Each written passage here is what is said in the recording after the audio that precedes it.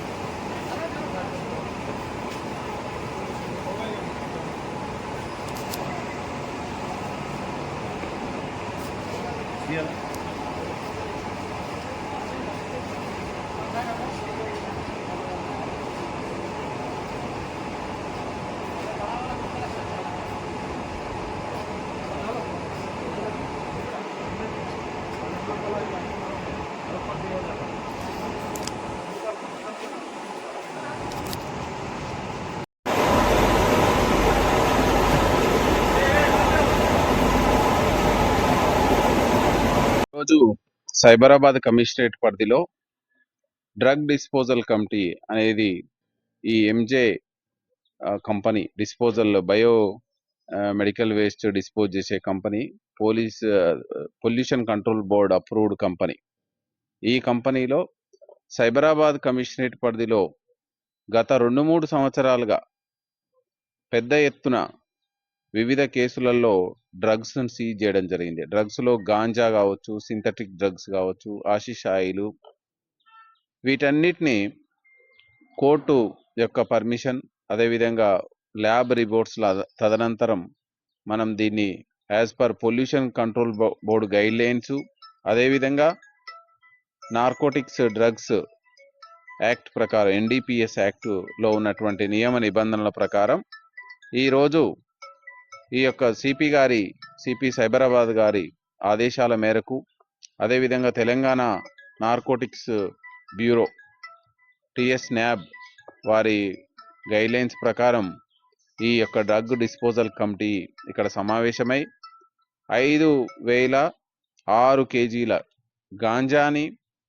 మరియు ఇతర డ్రగ్స్ని ఇక్కడ మనం ఈ సినరేషన్లో పొల్యూషన్ కంట్రోల్ బోర్డు నియమ నిబంధనల ప్రకారం ఇక్కడ మనం డిస్పోజ్ చేయడం జరుగుతుంది. ఇందులో చూసినట్లయితే వివిధ జోన్ల నుంచి మనం షెడ్యూల్ ఇచ్చినాం. అన్ని జోన్ల నుంచి ఆఫీసర్లు డ్రగ్స్ని, వాళ్ళ సీజ్ చేసినటువంటి డ్రగ్స్ని, వాళ్ళ పోలీస్ స్టేషన్లో మాల్కానాలో ఉన్న డ్రగ్స్ని ప్రాపర్ ట్రాన్స్పోర్టేషన్ తీసుకొని వచ్చి ఈరోజు ఇక్కడ మనం డిస్పోజ్ చేస్తున్నాం. తెలంగాణ రాష్ట్ర ప్రభుత్వం అదేవిధంగా మా సిపి గారి ఆదేశాల ప్రకారం ఈ డ్రగ్స్ని ఎక్కడైతే ఎవరైనా వ్యవసాయ పొలంలో గాంజాని పండించినా, లేదా గాంజాని ట్రాన్స్పోర్ట్ చేసినా, గాంజాని అమ్మినా వాళ్ళపైన కఠినమైనటువంటి చర్యలు తీసుకోవడం జరుగుతుంది.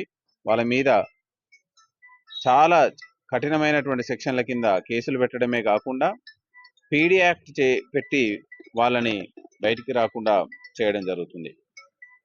ఇదంతా ఏంటంటే మనం తెలంగాణ రాష్ట్రాన్ని డ్రగ్స్ రహిత రాష్ట్రంగా, గాంజాయి రహిత రాష్ట్రంగా తీర్చిదిద్దాలనేది రాష్ట్ర ప్రభుత్వం, అదేవిధంగా పోలీస్ డిపార్ట్మెంట్ యొక్క సంకల్పం. Thank you.